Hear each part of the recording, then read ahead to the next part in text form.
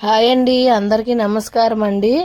ఈరోజు మన ఛానల్లో చాలా సింపుల్ అండ్ టేస్టీగా ముందుగా స్టవ్ వెలిగించుకొని కుక్కర్ పెట్టుకోవాలండి. కొంచెం నూనె వేడెక్కిన తర్వాత ఉల్లిపాయలు పచ్చిమిరకాయలు ముక్కలు వేసుకోవాలండి. దాని తర్వాత అల్లం వెల్లుల్లి ఉల్లిపాయ టమాటా వేసిన పేస్ట్ వేసుకొని అది కూడా వేసుకోవాలి. అది పచ్చివాసన పోయిన తర్వాత వేగిన తర్వాత మనం ముందుగా ఉప్పు పసుపు వేసుకొని కడుక్కున్న కూరను కూడా అందులో వేసుకోవాలండి. వేసుకొని బాగా మిక్సీ చేసి కొంచెం ఉప్పు వేసి సిమ్లో పెట్టి మగ్గపించాలండి.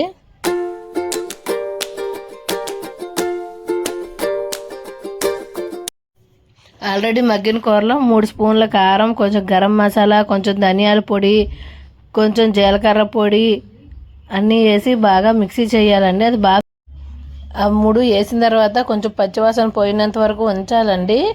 ఆ పచ్చివాసన పోయిన తర్వాత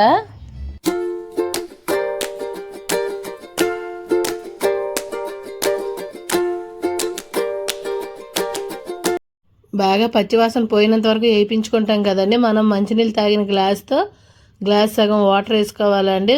వేసుకున్న తర్వాత మూత పెట్టుకొని ఒక 5 విజిల్ రావాలండి.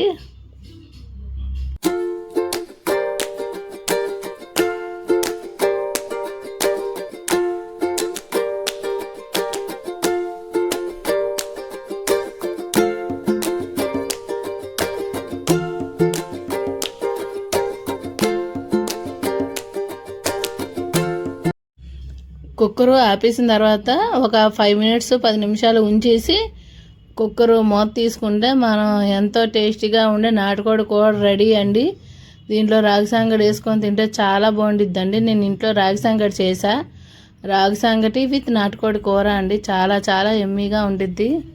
Please try